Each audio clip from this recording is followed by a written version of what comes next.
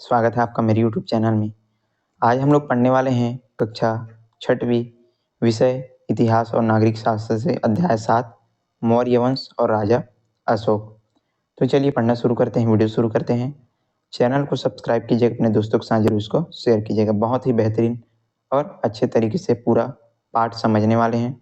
Video में आपको अंत तक बने रहना ताकि पूरा जो पाठ है अच्छे तरीके से आपको समझ में आए। चलिए पढ़ते हैं। यहाँ पर भारत के राष्ट्र ध्वज को आपने लहराते हुए देखा होगा। भारत का राष्ट्र ध्वज यानी कि तिरंगा झंडा केसरिया सफेद और हरे रंग से सजे तिरंगे के बीच में बना चक्र बहुत सुंदर दिखता है। यह चक्र कहाँ से आया? जो हमारा जो तिरंगा है उसमें क्या होता है, एक चक्र होता है और ये जो है बहुत ही सुंदर दिखाई देता है। ये जो चक्र है वो कहाँ से आया, इसके बारे में यहाँ पर पूछा जा रहा है। यहाँ पर देख सकते हैं भारत का राष्ट्रीय चिन्ह और नीचे दिया गया है, ये क्या है, अशोक चक्र, इसी को बताया गया है। यह चक्र लिया गया है सारनाथ स्तंभ से, जिसे मौर्य वंश के प्रसिद्ध राजा अशोक ने बनवाया था। इस चक्र को कहाँ से लिया गया है? सारनाथ स्तंभ से लिया गया है। जिसको किसने बनवाया था? एक स्तंभ था, उसको किसने बनवाया था? मौर्य वंश के राजा अशोक, उन्होंने बनवाया था और उसी से इस चक्र को जो है लिया गया है। इसी कारण इसको क्या बोला जाता है? अशोक चक्र कहा जाता है। आमतौर पर इतिहास में उन राजाओं को महत्व मिलता है जिन्होंने बड़े बड़े युद्ध जीते हैं। उन्हीं राजाओं को जो है महत्व दिया जाता है, उन्हीं राजाओं को जो है याद किया जाता है जिन्होंने क्या किया है, बड़े बड़े युद्ध जीते हों। लेकिन अशोक की बात सबसे अलग है, क्योंकि उसने युद्ध की जगह धर्म के रास्ते पर चल करके लोगों के दिलों को जीता, दया प्रेम और करुणा को अपने शासन का आधार बनाया। सारे राजा क्या करते थे? युद्ध करते थे और उनको याद किया जाता था। लेकिन अशोक, जो राजा अशोक थे मौर्य वंश के, वो जो है बिल्कुल अलग थे। उन्होंने क्या किया? धर्म के रास्ते पर चल करके लोगों के दिलों में राज किया। अब यहाँ पर है अशोक चक्र में कितनी धारियां हैं, ये आपको कमेंट में बताना है। अशोक चक्र है उसमें कितनी धारियां होती है, ये आपके लिए प्रश्न है और इसको जो है आपको कमेंट में बताना है। हम राजा अशोक के बारे में बहुत सी बातें करेंगे, लेकिन पहले चर्चा करते हैं चंद्रगुप्त मौर्य और बिंदुसार की, जो मौर्य वंश में अशोक से पहले हुए थे। हम राजा अशोक के बारे में इस पूरे पाठ में जो है पढ़ने वाले हैं, लेकिन उससे पहले हम किसके बारे में? चंद्रगुप्त मौर्य और बिंदुसार, इनके बारे में जो है पढ़ने वाले हैं। और ये कौन थे? मौर्य वंश, यानी अशोक के दादा और उनके पिताजी के बारे में। अशोक के दादा ये कौन थे? चंद्रगुप्त मौर्य। बहुत वीर और साहसी थे। चाणक्य नाम के एक बुद्धिमान पंडित की मदद से चंद्रगुप्त ने मगध के राजा घनानंद को हरा दिया। अशोक के दादाजी का नाम था चंद्रगुप्त मौर्य, आप सब लोग को पता है, नाम सुने होंगे। और इन्होंने क्या किया? चाणक्य, जो चाणक्य होते हैं एक बुद्धिमान पंडित, इनको जो है इनकी मदद से जो चंद्रगुप्त मौर्य रहते हैं वो क्या करते हैं? मगध के राजा घनानंद को हरा देते हैं और उनका जो राज्य है वो अपने में मिला लेते हैं। उत्तर और पश्चिम के कई हिस्सों को जीतने के अलावा उसने सिकंदर के सेनापति सेल्यूकस को भी हरा करके यूनानी राजाओं को आगे बढ़ने से रोक दिया। बहुत वीर और साहसी थे कौन? चंद्रगुप्त मौर्य। और इन्होंने क्या कर दिया? सिकंदर के सेनापति को भी युद्ध में हरा दिया। बाद में सेल्यूकस ने चंद्रगुप्त से मित्रता कर ली और मेगस्थनीज नाम के राजदूत उनके पास भेजा। बाद में जो सेल्यूकस है उनसे चंद्रगुप्त जी से क्या कर लेते हैं? मित्रता कर लेते हैं। चाणक्य अच्छे लेखक भी थे। उन्होंने अपनी पुस्तक अर्थशास्त्र में हमें उस समय की शासन व्यवस्था के बारे में काफ़ी जानकारी मिलती है। चाणक्य क्या करते हैं? लेखक थे और उनका एक पुस्तक अर्थशास्त्र। तो उस समय यानी कि अपने समय की सारी जो शासन व्यवस्था है उनकी जानकारी इनके पुस्तक में हमको देखने को मिलती है। इस समय मेगस्थनीज ने भारत में जो कुछ भी देखा उसका अपनी पुस्तक इंडिका में क्या कर दिया? वर्णन किया। मतलब मेगस्थनीज नाम का एक राजदूत इनके पास भेज देते हैं, तो जो भी वो जो चीज़ें हैं भारत में देखते हैं उनका अपनी पुस्तक इंडिका में क्या करते हैं? वर्णन करते हैं। उसमें लिखा है भारतीय सभ्य थे, वे अपने घरों में ताले नहीं लगाते थे। पहले क्या होता था? लोगों के घरों में ताले नहीं होते थे, तो इसी को यहाँ पर बताया गया कि भारतीय जो है बहुत क्या होते थे? बहुत ही सभ्य थे और उनके घरों में ताले नहीं लगते थे। अधिकतर गांव में रह करके खेती करते थे, सैनिकों को अच्छा वेतन मिलता था आदि। तो ये सारी जो बातें हैं वो इंडिका नाम के पुस्तक में हमको वर्णन किया गया है। चंद्रगुप्त के बाद उसका बेटा बिंदुसार राजा बना। अब चंद्रगुप्त उसके बाद क्या है, उनका बेटा कौन था, बिंदुसार, वो जो है राजा बनते हैं। उसने दक्षिण के अनेक हिस्सों को जीत करके अपने राज्य को और बड़ा बना लिया। ये भी युद्ध करते हैं और अपने राज्य को बड़ा बना लेते हैं। बिंदुसार के बाद अशोक सिंहासन पर बैठा। अब बिंदुसार के बाद कौन आते हैं, अशोक, मतलब जो राजा अशोक हैं वो आते हैं। इस समय मौर्य राज्य बहुत बड़ा और शक्तिशाली हो गया था। जब अशोक जो है सिंहासन पर आते हैं, राजा बनते हैं, उस समय उनका जो मौर्य राज्य था बहुत बड़ा हो गया था। अशोक भी अपने पिता और दादा की तरह वीर और साहसी था। उसने कलिंग नामक स्वतंत्र जनपद के साथ युद्ध किया और उसे हरा करके अपने राज्य में मिला लिया। अब ये अशोक हैं, वो भी अपने दादा, अपने पिताजी की तरह क्या थे, बहुत ही साहसी और वीर थे। अब ये जो है युद्ध करते हैं, कौन सा युद्ध, कलिंग युद्ध, और उसको हरा करके अपने राज्य में मिला लेते हैं। कलिंग युद्ध के बारे में यहाँ पर दिया गया है, ये जो है परीक्षाओं में पूछे जाते हैं, तो आपको इसको अच्छे से करना है। आमतौर पर देखा गया है कि युद्ध में सफलता मिलने के बाद राजा खुश होते हैं। कलिंग युद्ध जीतकर भी अशोक का मन दुख से भरा रहा, क्योंकि युद्ध में लाखों सैनिक मारे गए, हजारों घायल हुए और अनेक स्त्री बच्चे बेसहारा हो गए। अधिकतर जब जो है राजा महाराजाओं के बीच युद्ध होता है तो जो है क्या होते हैं, जब युद्ध जीतते हैं तो क्या होते हैं, खुश होते हैं। लेकिन यहाँ पर जब राजा अशोक जो है कलिंग युद्ध जीतते हैं तो वो जो है बहुत क्या हो जाते हैं, दुख होते हैं। उनको युद्ध जीतने की खुशी नहीं होती। क्यों खुशी नहीं होती, क्योंकि बहुत से जो लोग हैं वो मारे जाते हैं, इस कारण वो जो है बहुत दुखी हो जाते हैं। यह सब देखकर उसने युद्ध में मिली सफलता बेकार लगने लगी। तब उसने संकल्प किया कि वे अब कभी युद्ध नहीं करेगा। तो ये सारी चीजें उसको बहुत क्या करते हैं, दुख पहुंचाते हैं। तो वो सोचते हैं कि अब वो संकल्प करते हैं कि वो जो है अब युद्ध नहीं करेंगे करके। उसने यह भी निश्चय किया कि वह हथियारों से शत्रु को हराने की जगह धर्म, यानी कि धर्म के रास्ते पर चल करके लोगों को दिल को जीतेगा, जिससे लोगों की भलाई हो। अब राजा अशोक सोचते हैं कि मैं जो है युद्ध नहीं करूंगा, युद्ध की जगह जो है मैं धर्म के रास्ते पर चलूंगा और लोगों के दिलों पर राज करूंगा, ऐसा करके, जिससे लोगों को क्या हो, भलाई हो। इन भावनाओं को प्रजा तक पहुंचाने के लिए उन्हें चट्टानों पर खुदाया। अब अपने इस विचारों को लोगों तक पहुंचाने के लिए वो क्या करते हैं, बड़े बड़े चट्टानों पर उनको जो है लिखवाते हैं। क्या क्या लिखवाते हैं, यहाँ पर दिया गया है कि राजा बनने के 8 साल बाद मैंने कलिंग को जीता। वो जो है कलिंग युद्ध जीतते हैं। इससे मुझे बहुत दुख हुआ। यह क्यों, जब एक आजाद जनपद हराया जाता है तो वहाँ लाखों लोग मारे जाते हैं और बंदी बना करके अपने जनपद से बाहर निकाल दिए जाते हैं। वहाँ रहने वाले ब्राह्मण भिक्षु मारे जाते हैं, मतलब सब लोगों को जो है मार दिया जाता है। और ऐसे किसान जो बंधु मित्र दास और मजदूरों से नम्रतापूर्ण बर्ताव करते थे, वे भी युद्ध में मारे जाते हैं और अपने प्रियजनों से बिछुड़ जाते हैं। तो ये जो बातें हैं वो जो राजा अशोक है चट्टानों पर लिखवाते हैं। इस तरह हर किस्म के लोगों पर युद्ध का बुरा प्रभाव पड़ता है, इससे मैं दुखी होता हूँ। इस युद्ध के बाद मैंने मन लगाकर धर्म का पालन किया और दूसरों को यही सिखाया है। तो जो बातें हैं वो यहाँ पर बताई जा रही है। मैं मानता हूँ कि धर्म से युद्ध जीतने से बेहतर है, और मैं यह बातें खुदवा रहा हूँ ताकि मेरे पुत्र और पोते भी युद्ध करने की बात ना सोचे। वे इन बातों को क्यों खुदवा रहे हैं, ताकि उनका आने वाला जो पीढ़ी है वो भी युद्ध न करे और धर्म के रास्ते पर अच्छे से चल करके लोगों की भलाई करे। फिर क्या है, अशोक का धम्म। यहाँ पर चित्र में देखो कि लेख चित्र, बड़े बड़े जो है पत्थरों पर जो है जो बातें हैं यहाँ पर देख सकते हैं लिखाई जाती है, इसको बोला जाता है अशोक का धम्म। अशोक के धम्म में न तो कोई देवी देवता थे और न ही उनमें कोई व्रत उपवास या यज्ञ करने की बात कही गई थी। मतलब धम्म मतलब क्या होता है, धर्म। तो अशोक के जो धर्म था उसमें किसी प्रकार के देवी देवता नहीं था, न ही उसमें कोई व्रत उपवास यज्ञ करने की बात नहीं कही गई थी। धर्म का पालन करने के लिए पूजा आदि की बात भी नहीं कही गई थी।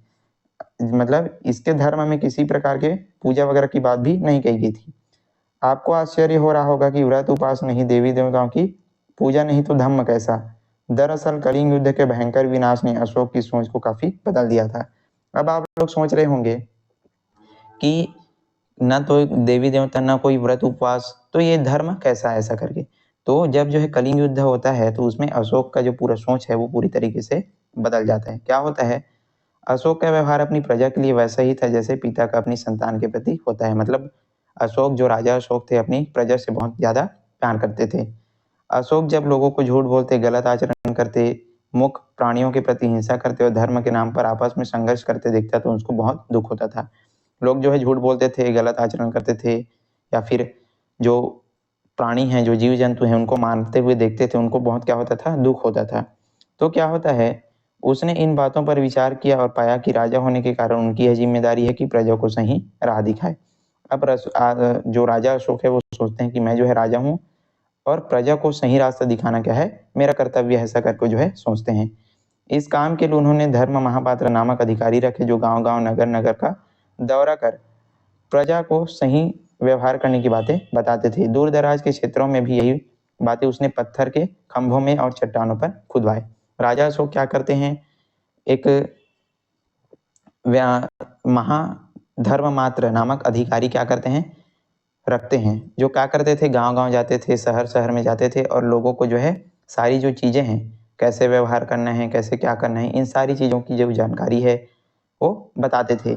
और दूर दराज के क्षेत्रों में जो सारी जो बातें हैं खंभों पर जो है खुदवाया जाता था, लिखवाया जाता था। क्या-क्या लिखवाया जाता था, यहाँ किसी जीव को नहीं मारा जाएगा, बल्कि उसकी बलि नहीं चढ़ाई जाएगी। पहले राजा की रसोई में हजारों जानवर रोज मांस के लिए मारे जाते थे, पर अब सिर्फ 3 जानवर मारे जाते हैं, 2 मोर और 1 हिरन। ये जानवर भी भविष्य में नहीं मारे जाएंगे।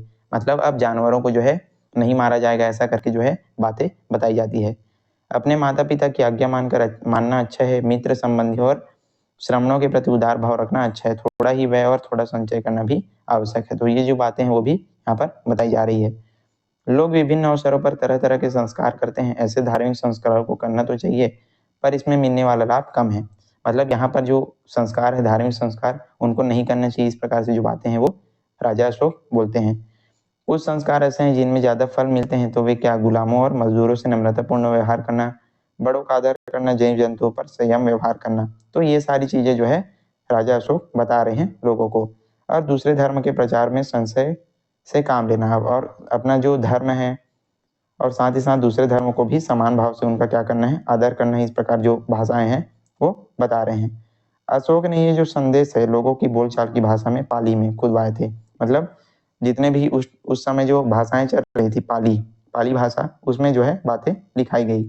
अब अशोक की शासन व्यवस्था, मतलब वो जो है किस प्रकार जो है शासन संभालते थे, इसके बारे में हम पढ़ने वाले हैं। भारत के मानचित्र 7.1 में आपने देखा अशोक का राज्य बहुत विशाल था, उसकी राजधानी थी पाटलिपुत्र। इनकी राजधानी क्या थी, पाटलिपुत्र थी। और इतने बड़े राज्य पर शासन आसान नहीं था। शासन में उसकी सहायता के लिए योग्य लोगों का एक दल होता था जिसे मंत्री परिषद कहा जाता था। बहुत बड़ा इनका क्या था, साम्राज्य था, तो अकेले तो नहीं कर सकते थे, तो इनको जो है चलाने के लिए क्या किया जाता था, लोगों का एक दल होता था जिसको क्या बोला जाता था, मंत्री परिषद कहा जाता था। ये जो है परीक्षा में आते हैं तो इसको आपको याद रखना है, इंपॉर्टेंट है और ध्यान से इसको समझना है। तो इसको क्या बोला जाता था, मंत्री परिषद बोला जाता था, जो राजा का राज्य संभालने में क्या करते थे, हेल्प करते थे राजा की। विशाल राज्य की देखभाल के लिए उसे 4 प्रांतों में बांट दिया गया था। अब इनका राज्य बहुत बड़ा था तो उसको जो है 4 भागों में बांट दिया गया था। उत्तर में तक्षशिला, दक्षिण में सुवर्णगिरी, पूर्व में तोसली और पश्चिम में उज्जैनी। यहाँ पर चित्र में देख सकते हैं, ये जो है राजा अशोक का साम्राज्य। तो उत्तर में तक्षशिला हो गया, फिर दक्षिण में जो है सुवर्णगिरी, पूर्व में जो है तौसली और उज्जैनी। तो 4 भागों में इसको जो है बांटा गया था। राजा अशोक का जो साम्राज्य था उसको इसी को यहाँ पर बताया गया है। और उसके आसपास के इलाकों की देखभाल जो है राजकुमार करते थे। जो राजा के जो बेटे थे राजकुमार, वो भी इनके आसपास के इलाकों की देखभाल किया करते थे।